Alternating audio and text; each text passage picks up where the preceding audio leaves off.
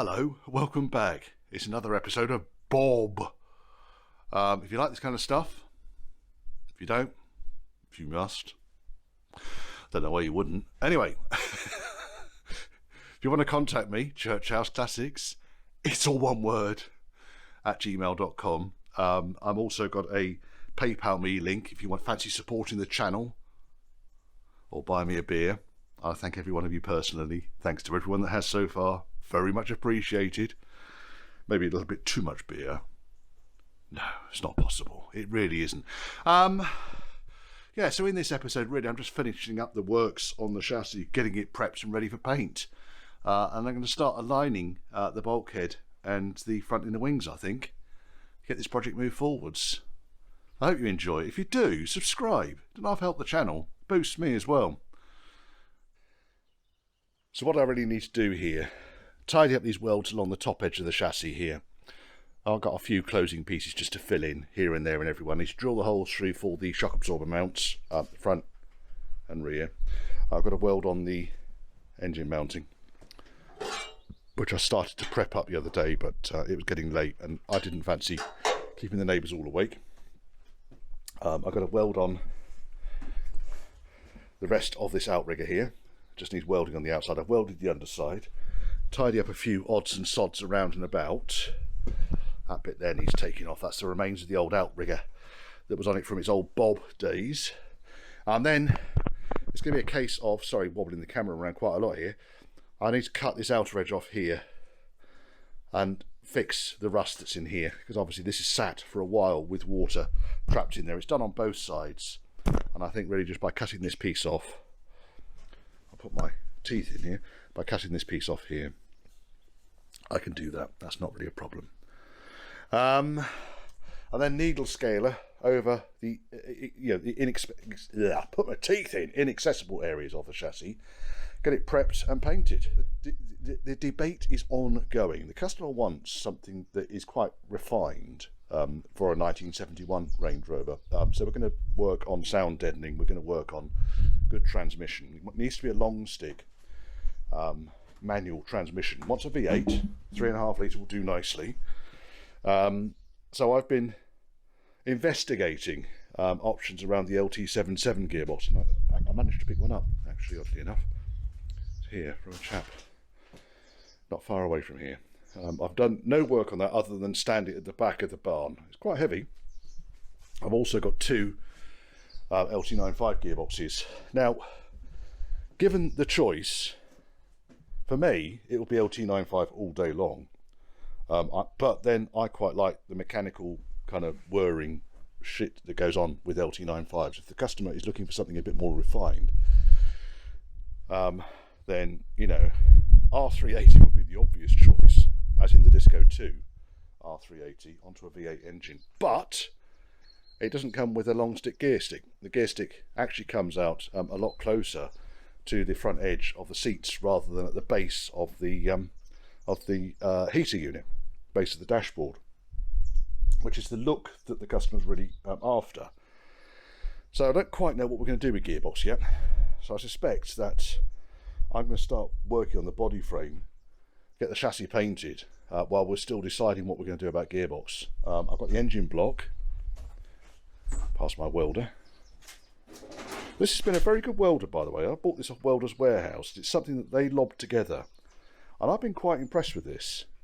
The only thing I don't like on it is kind of it's only got 4 speed settings, and kind of wire feed. It takes a bit of fiddling around with, but other than that, beautiful welds.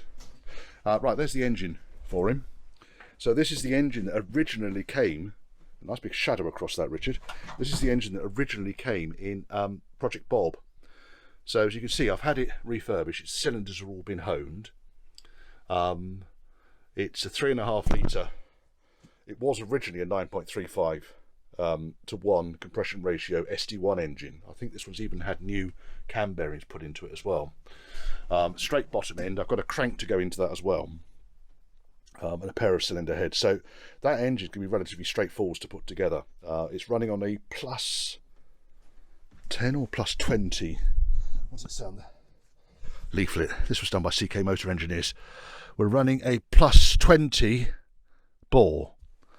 So I've got a set of +20 pistons, which are in really good order. I shall just ring them up, and they can go straight in that. I shall build that up another day. Once the chassis has been painted, there's no reason why I couldn't build it up, but gearbox shenanigans are kind of, going to get in the way of that. They're not stopping the project, they're certainly not on the critical path, but we need to make that decision. I would have thought over the next month, possibly 2.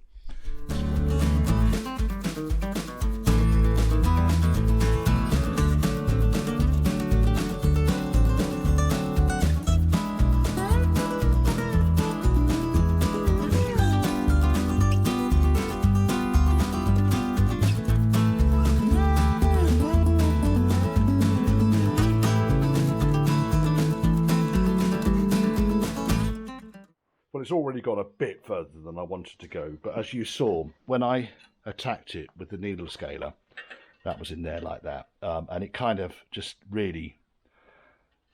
This piece I was expecting to be shagged out. That goes that way up, sorry. That piece I was expecting to be shagged out. What I wasn't expecting to be shagged out was the bit that went up there, which is absolutely full of holes. So I thought we might as well do this thing properly.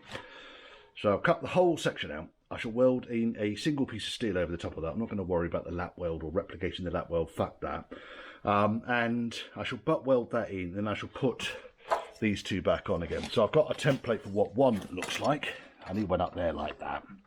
And I think by the time I've got this all together, I shall just make up new versions of this out of 2mm steel. In fact, that's probably not even 2mm steel, that's probably 1mm steel. And we'll see how far that goes. I think basically what's happened is there was a world of salt in there. Let's see what this side's like.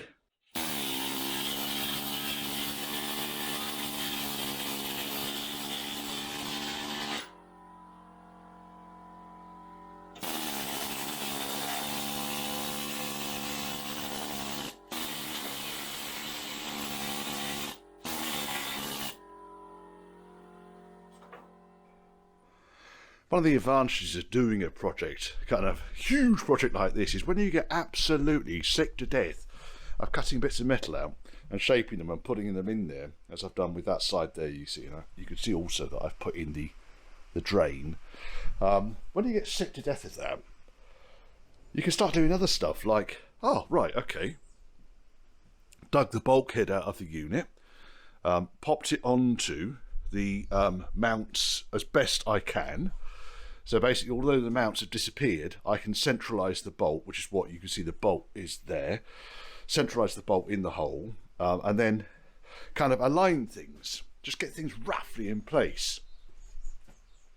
Now I've got things roughly in place, what I need to do is now support that bulkhead where it is now.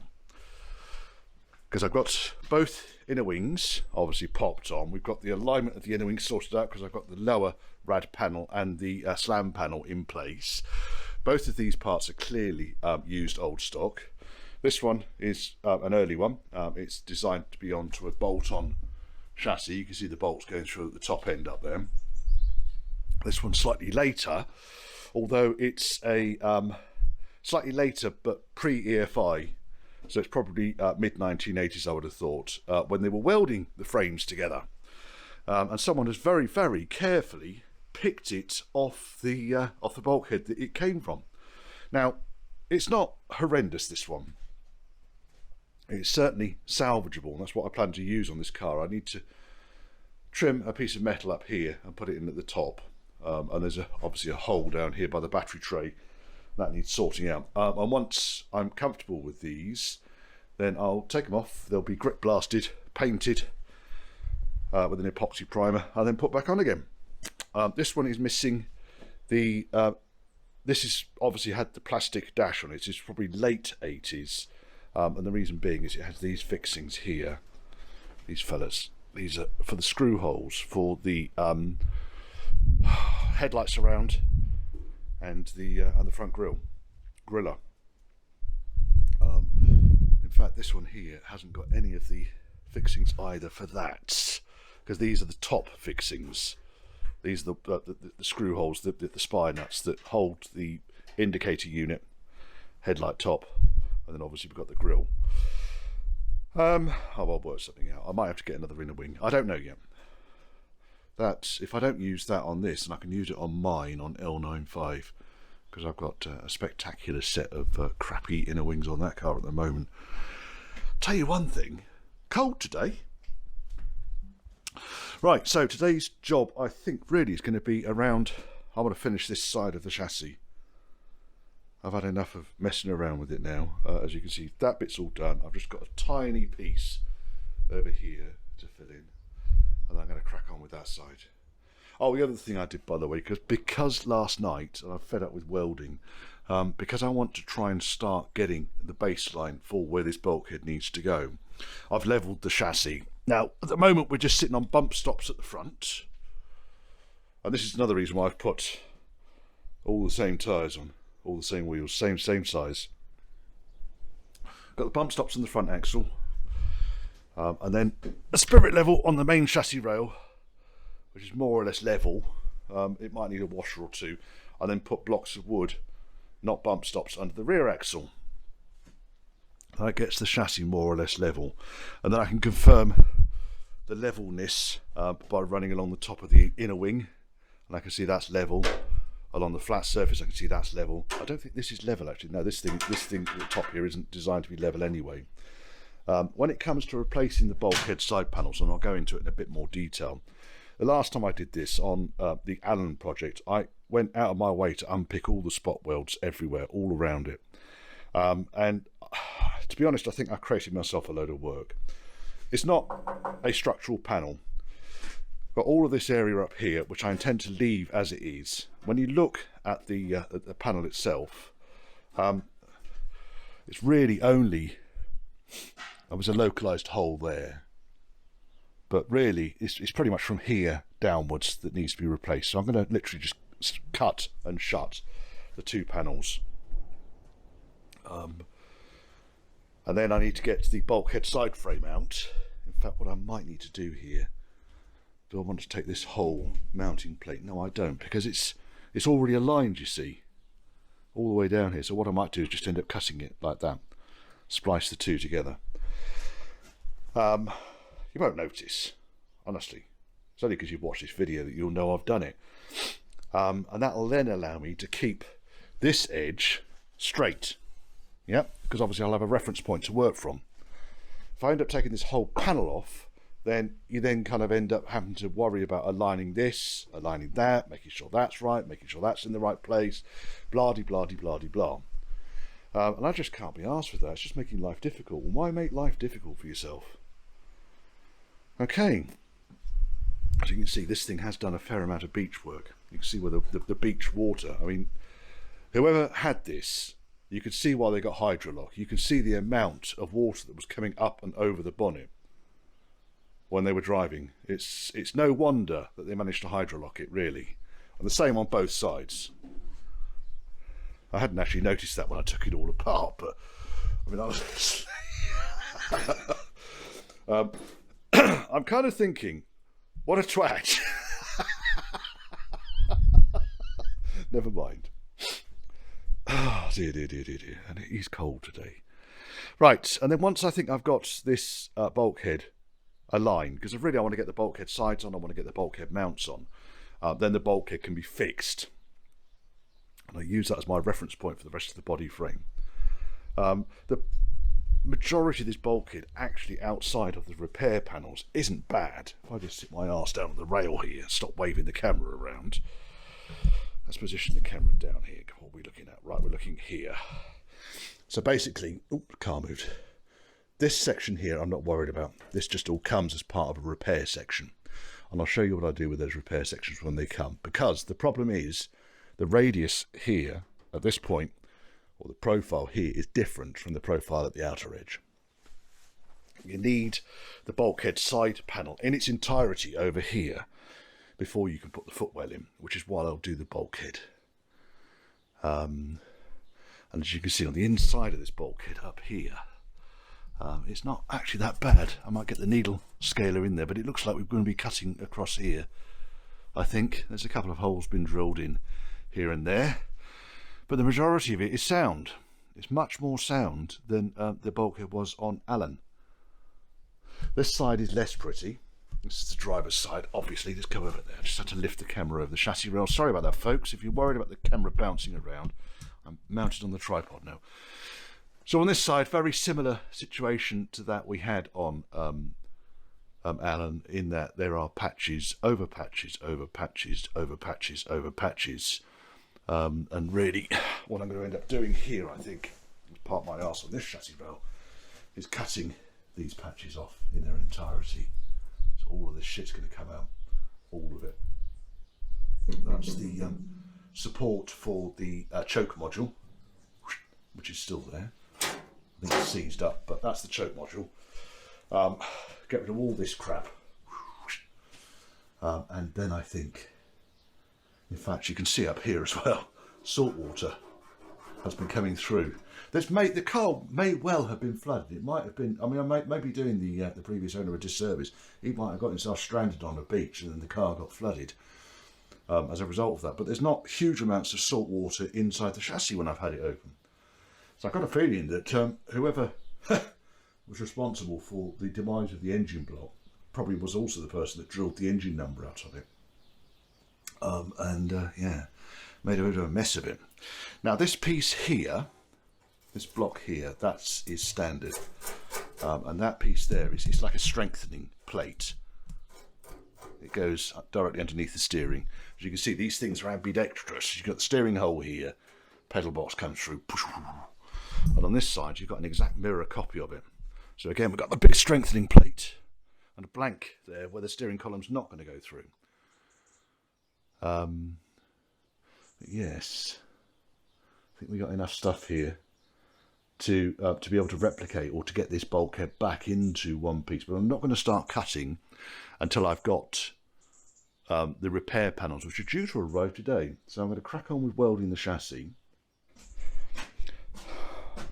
Right, almost finished welding this side. The only thing, I ran out of 2mm steel, so I've ordered some to make up these two sections over here. That's the only thing I need to do. This rust over here was actually quite bad. It was rusted quite badly through on both sides.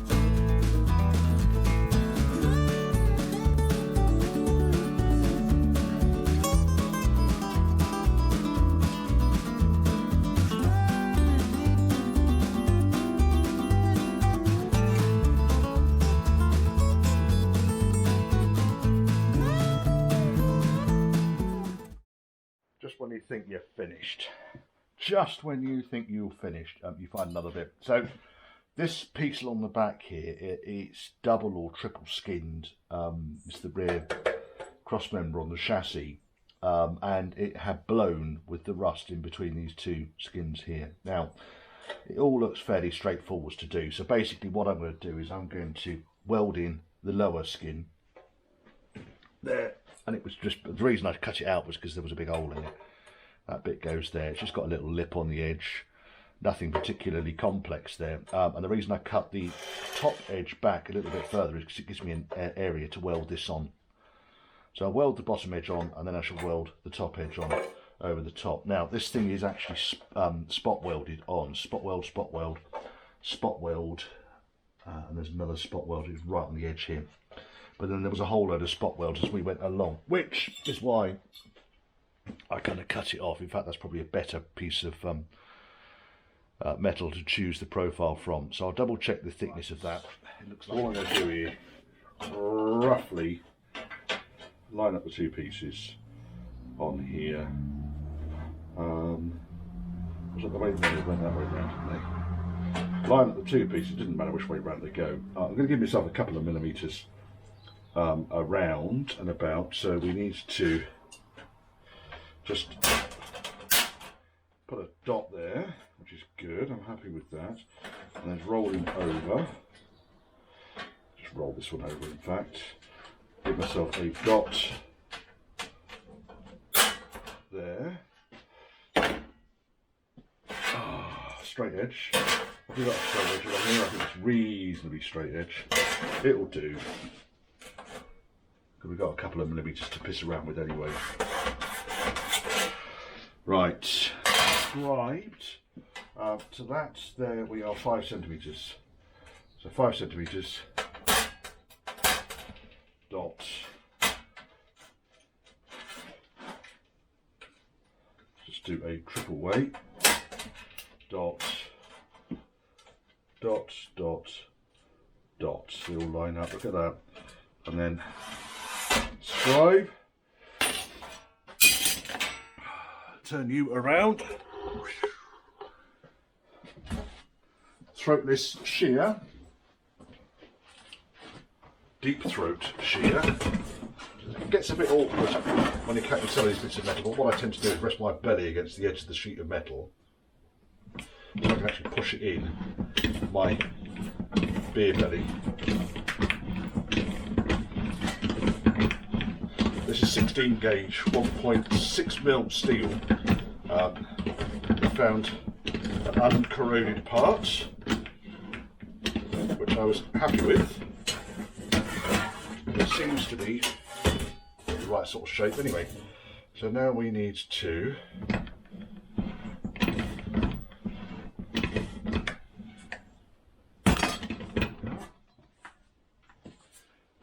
the only problem with the throatless shear is it does put a wee twist on the metal as you're going over it.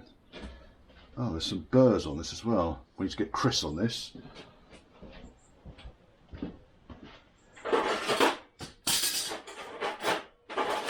Where are you? Here we are. There's Chris. Let's come back round over here again. There you go. Right, Chris D. Burr. He's very good actually, Chris. I do like Chris D. Burr because he protects my fingers from scagging myself open on these little burrs. Right, then all I really do, can you see the vise? It's over there somewhere. Just kind of put it in there really.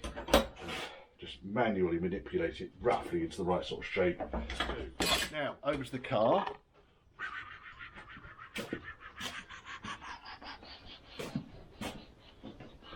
Here we are. And then all I'm going to do now is really mark up where I want this to go. So first and foremost, I did cut, there's a curve here and here. In fact, I need to take that little piece off there, don't I? Let's get Mr. Cutty forwards. See, that's good now, that's nice. I think what I next need to do is I need to fold a lip to replicate this lip here, and then I can work backwards from that, I think. So let me fold the lip first of all. Lip needs to fold upwards. The lip is ruler. Monarch, where are you? Here you are. And I get it roughly right. You can't actually see this once the car is all together anyway, but it makes sense to do it properly, doesn't it? It's actually a centimetre there. There's a bit less there. So if I go for a little bit less than a centimetre, yeah, I think I can do that. So how can I now, going back over to the bench, sorry folks, I should have a head cam, shouldn't I? Right, okay, then we're going to scribe along this edge here. Now, I have got a little folder. Is it going to fucking work? I think the trouble is I've got a tiny little folder and it's not man enough for like 16 gauge steel and so forth. So what I end up having to do now, this is the top face, that's facing forwards, I can see my arrow. So what I need to do now is I need to bend this towards myself. So if I just clamp it in the vise, I have to get busy with a hammer in a minute, I'm afraid, folks.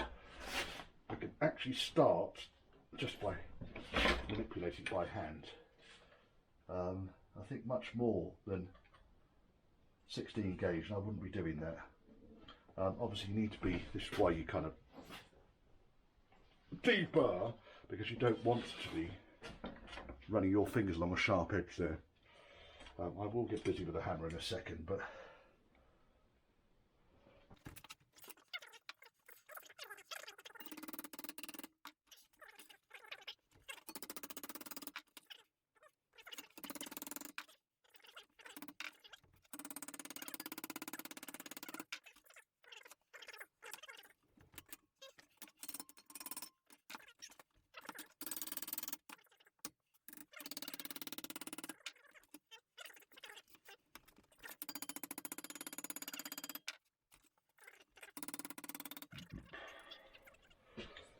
it'll do. That bit there just needs to go down just a smidge.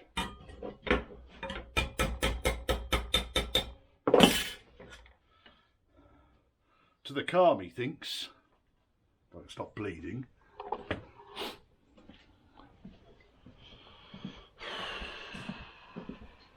I know I'm moving the camera around, folks. I know some of you don't like it. Right, so we're back here. We got the arrow. He's pointing.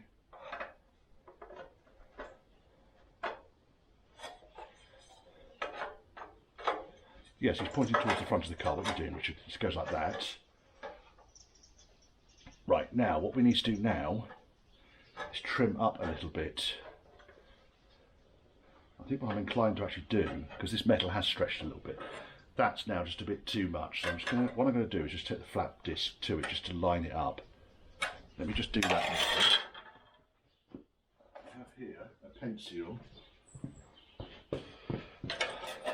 So what we've got, let's remake my arrow because it kind of got washed out with the vise.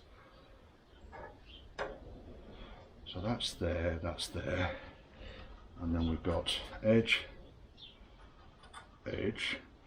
Now that needs to go along and then down like that. From there, just doing it very much by eye. That's the way I work, I'm afraid, folks. If I put that there, what I can actually do is see how much lip I'm going to need. So I think what I'm inclined to actually do is to cut well inside this. Don't do that now. Come with me. So I don't bang my head. Right, we're back over to deep throats. Well, okay, I could get a plastic cutter, I suppose, but this actually does the job.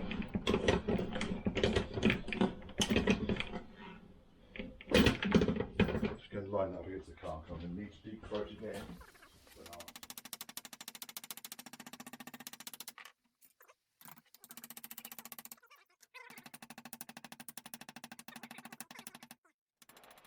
Right. I think what I might end up doing here is, once it's in, I've got most of this lined up.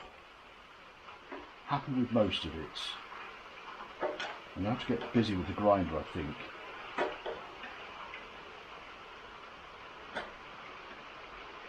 Just take, if I take an edge off here, and more or less could butt weld this down. Let me try and do that.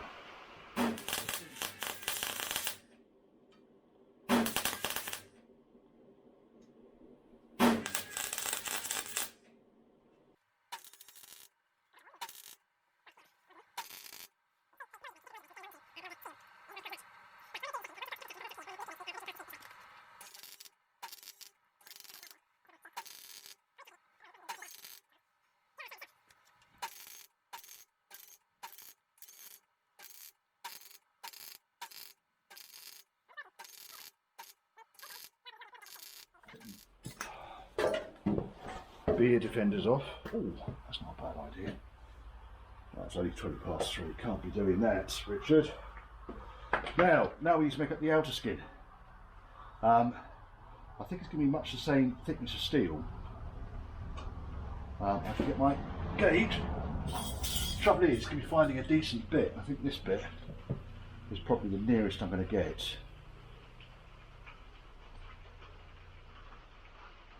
That looks thicker than 16 gauge, I suspect. That is 14 gauge. 14 goes in there nicely as predicted. That's just 16. Oh no, 16's a bit on the tight side. 17 gauge then. No, 15. 15 goes in. There is no such thing as 15 gauge. 16, so I think it is actually 16. 16 gauge. We're going to go with 16 gauge. Are we clear with this? Are we clear? Are we clear? Right. And then I want to take this along this line here. It's turned out nice again, hasn't it?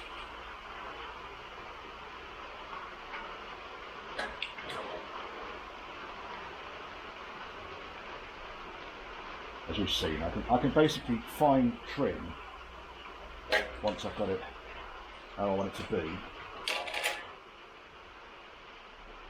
I didn't fucking draw it, did I? Right, like that. I'd say that's more or less exactly there. Towards the front of the car, the side I want to be pissing around with. So now we need to go and transfer this onto a piece of 16 gauge steel. And then I'm going to need to, I think I'm going to clean that weld up. That one should be okay. Now as you can see, it's been spot welded originally. You can see from this, it's now crap to get in between the two skins, but it's quite unusual for crap to get up into this area.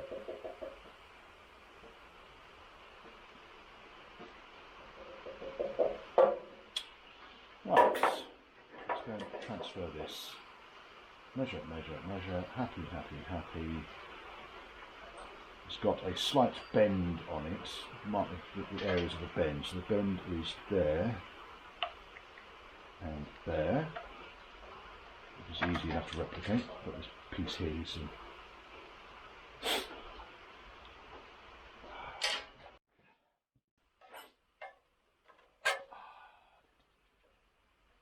yeah, I'll do. That'll fit.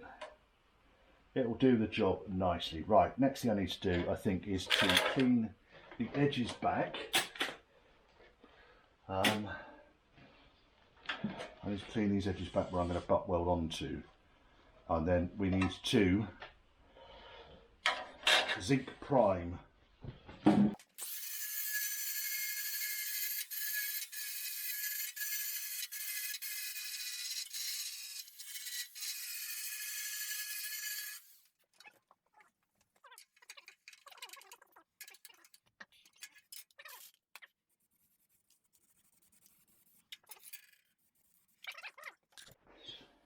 Primer's gone off.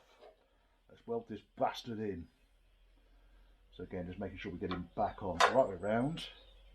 And he drops in very neatly. Ka-dunk, ka-dunk. There we go. That'll do nicely. We've already cleaned up all the edges, so we know that it is going to go in. What I'm inclined to do is actually clamp it here. So let's get a C-clamp.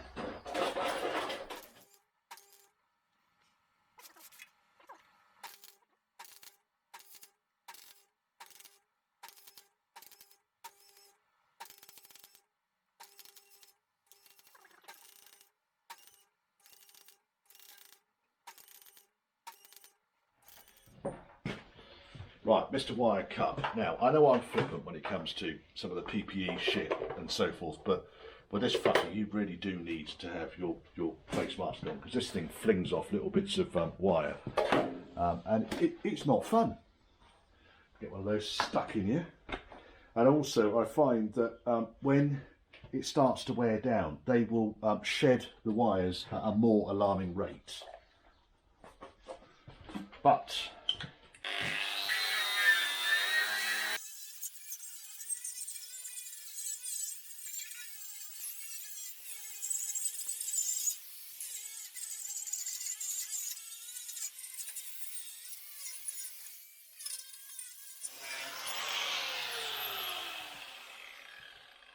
Take a break because I've steamed up your visor. Well, now I've done that, you can go back over here again, can't you? Oh. Almost had enough of chassis works, I tell you.